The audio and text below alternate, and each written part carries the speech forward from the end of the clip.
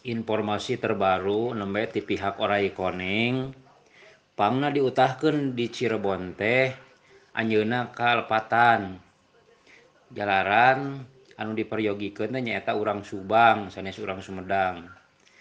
Oraina teh nuju ngidam ayeuna teh 3 sasih janten hoyong ganas sanes hoyong tahu. Sebab pamiku tahu mah jadi diutahkeun gitu tah. Hekeun wae Bang anjing pelacak mah eta kuncen puluh-puluh tahun kuncen cadas pangeran pokna kieu dicandak ku Orai Koneng 3 dinten teu euih wayahna ikhlaskeun murah anjing da murah gupayana mah moal percaya deui. Alah si Acir, kumaha maneh jadi arek jadi dukun teh. Amung mah mung aing nipuan wae batur dosa wa.